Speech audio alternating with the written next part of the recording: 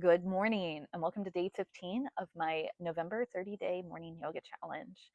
Before we get started, if you could do me a favor and hit the like and subscribe button below, it would really help broaden my reach and help people who need to find me find me. I'd really appreciate it. Let's get into it.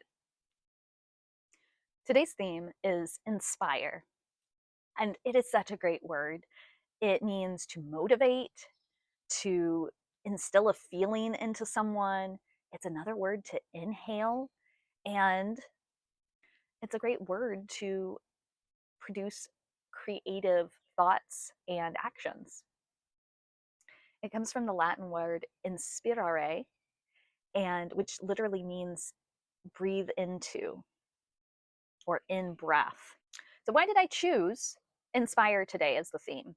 I was chatting with my daughter last night and we were talking about this challenge, and I said out loud, I feel really inspired to finish my sun salutations, and thought that's a great theme for today.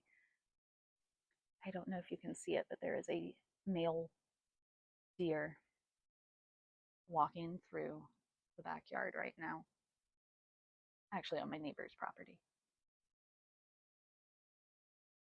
Throughout this entire yoga challenge, it has been a motivating way for me to get back into my yogic rhythm. And I mentioned yesterday that in doing more creative flows, it's really helping me to listen to my body in the moment and create a more authentic practice for myself. To feel inspired gives this sense of calm and clarity and direction in my yoga practice, and that's really exciting. So one of the niyamas that comes to mind is saucha, and saucha is clarity. You know, when we and being clean, having that sense of order. And even though I'm not pre-planning the entirety of my yoga practice for the day, I still have some structure to it. I know that I'm going to do a centering. I know that, like today, I came into it knowing that I was going to do some standing flow. Great inspiration pose, I think, is goddess pose, which we go through today. And I wanted to do a little bit more standing flow than I normally do. As a primarily restorative teacher, I do a lot of floor practices. When I was teaching a gentle yoga class, a lot of what we did was hip openers because that's what my clients wanted and that's what was nourishing them. So again, that was a lot of sitting on the floor. So I haven't done a huge amount of standing flow. And going back to that concept of saucha, we as neurodivergent folks, especially when we have ADHD, when our space is clean and clutter free, we are able to accomplish a lot more. Same goes with our minds. And that's what yoga helps with. When our minds are clutter free, we are able to accomplish so much more. We're able to be calm in the moment, and we're able to have a greater control over our focus. And that greater control over focus takes me into story time today.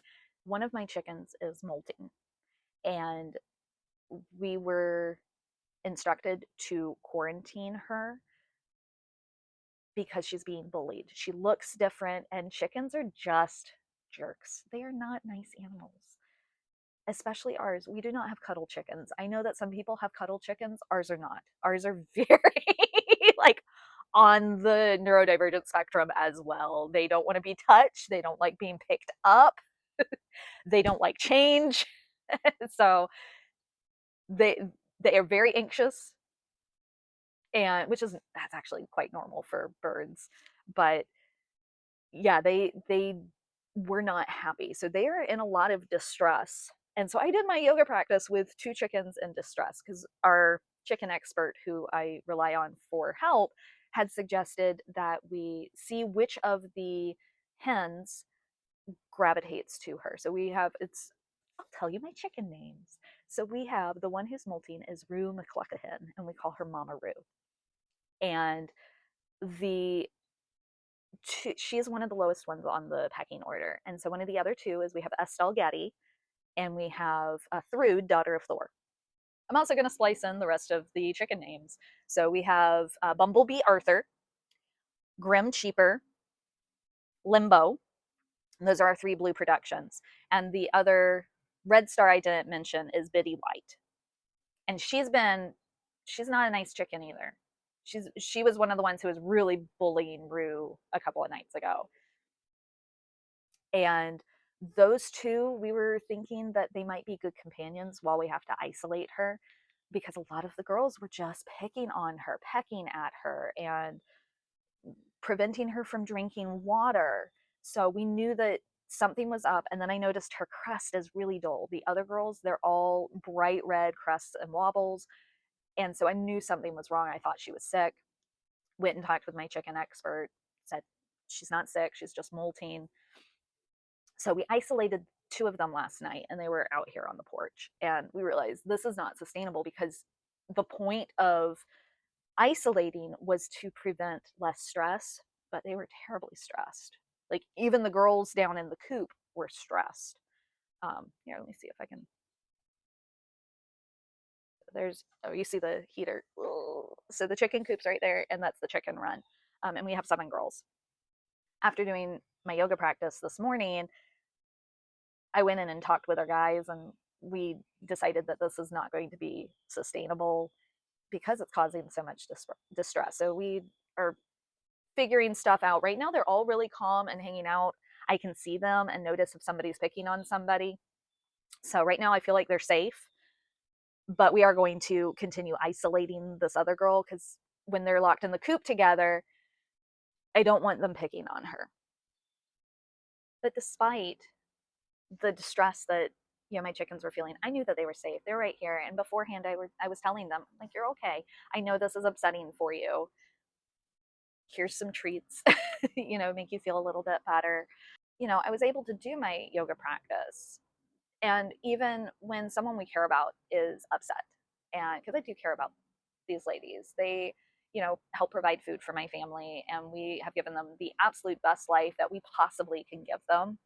And so I, want to take care of them. I want to do the best that we can for them.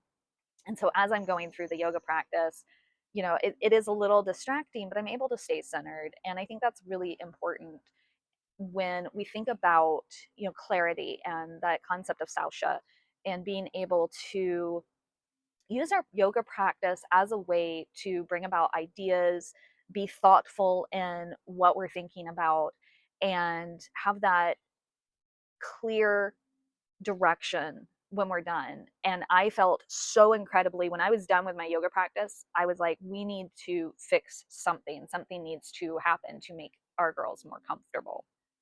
So I hope that makes sense.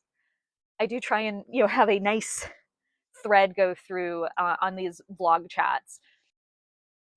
So I'm going to leave it there for today. But I'm curious, in the comments below, let me know what practices in or out of yoga helps to motivate or inspire you. So have a great rest of your day. Happy Saturday, and I'll see you on the mat tomorrow.